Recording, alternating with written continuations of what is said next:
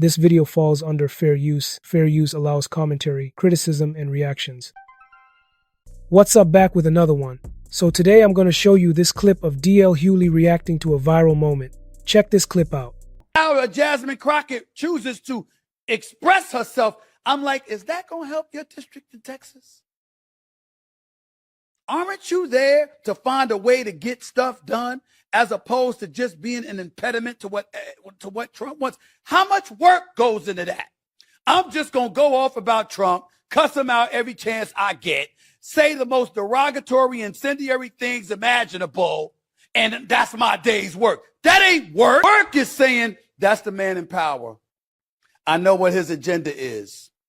I'm not exactly in a position to stop him since the Republicans have the Senate and the House. But maybe if I'm willing to work with this man, I might get something out of it for my constituency. Because like Joe Manchin said, he's there to represent, or was there for 15 years to represent, the people of West Virginia. And I had a conversation with Stephen A. And I said that I would be more judicious in the way that I critique the things he said. And I would only do it if it rose to the level of something I needed to say something about. It's interesting that he chose Jasmine Crockett. Now, she doesn't serve in any leadership position. She's in the minority party. I wonder why he didn't single out, for instance, the President of the United States. And is he serving his constituents, the people that voted for him, by, I don't know, attacking a comedian and maligning a comedian, or maligning the opposition, the Democratic Party, or rambling in front of generals and the Navy? How is his constituents served? Does he serve his constituents like Mike Johnson, who constantly calls recesses so he won't have to deal of the matters of Congress?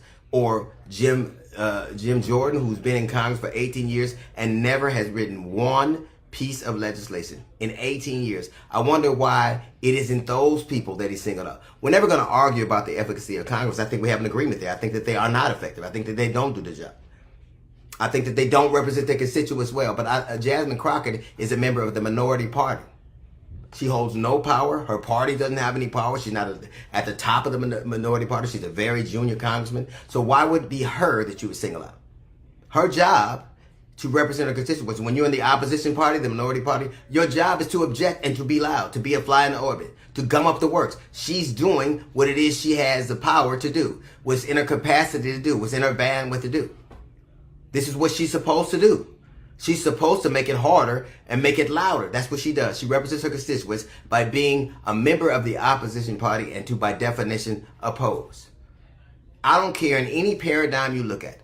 Leadership starts at the top and goes down. Stephen A. Smith would have you believe it starts at the bottom. What's up? So what are my thoughts about this? Here's the thing, this moment is really about accountability in media.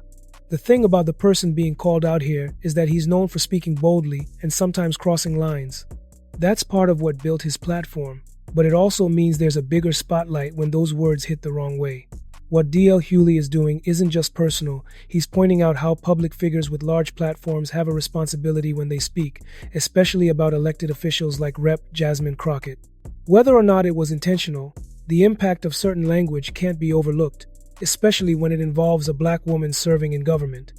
For years now, people have debated whether some of these hot takes are genuine opinion or crafted controversy, and DL stepping in shows that others in the culture are watching and willing to speak out. It's not about trying to cancel anyone, but about raising the level of conversation, especially when so many people are listening. Okay, so drop a comment, smash that like button, and make sure you subscribe for more videos like this, and I'll see you in the next video.